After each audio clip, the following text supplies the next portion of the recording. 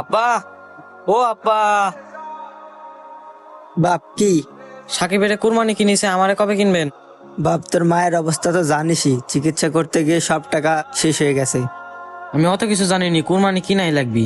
বাপ টাকা থাকলে তো প্রতিবারই দি, এবার পারতেছি নি, পরিস্থিতির শিকার, তুই বুঝতে পারতেছিস না? আমি অত কিছু জানি না, আমি 7 দিনের ভেতরে বাড়িতে কুরবানি দেখতে চাই।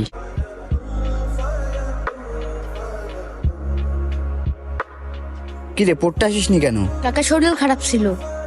কাকা জানো, শান্তর আব্বার সাথে শান্ত খারাপ আচরণ করেছে। কি জন্য? কুরবানি দিতে পারবে না তাই। কাকা ওই দেখো শান্ত। শান্ত, কি হয়েছে ভাইয়া? এখানে বসো, একটু কথা আছে তোমার সঙ্গে। তুমি নাকি তোমার বাবার সঙ্গে খারাপ আচরণ করছো, কুরবানি দিতে পারছে না এই জন্য। হ্যাঁ ভাইয়া। তোমার বাবা তোমাদের জন্য সারা জীবন নিজের সকাল্লাদ সবকিছু মাটিতে মিশিয়ে দিয়েছে, আর আজকে পরিস্থিতির শিকার হয়ে কুরবানি দিতে পারছে না জন্য তুমি এভাবে খারাপ আচরণ করতে পারলে? তোমার বিবেকে কি মনে হয় ভালো আচরণ করছো তুমি? তুমি জানো কি, এই কুরবানি দিতে না পারার জন্য তোমার যে কষ্ট হচ্ছে তার চেয়ে বেশি কষ্ট হচ্ছে তোমার বাবার।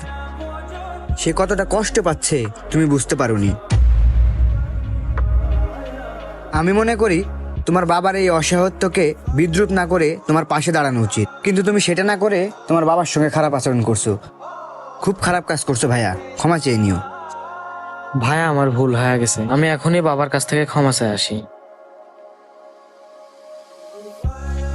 চলে গেল, ভুল বুঝতে পারছে।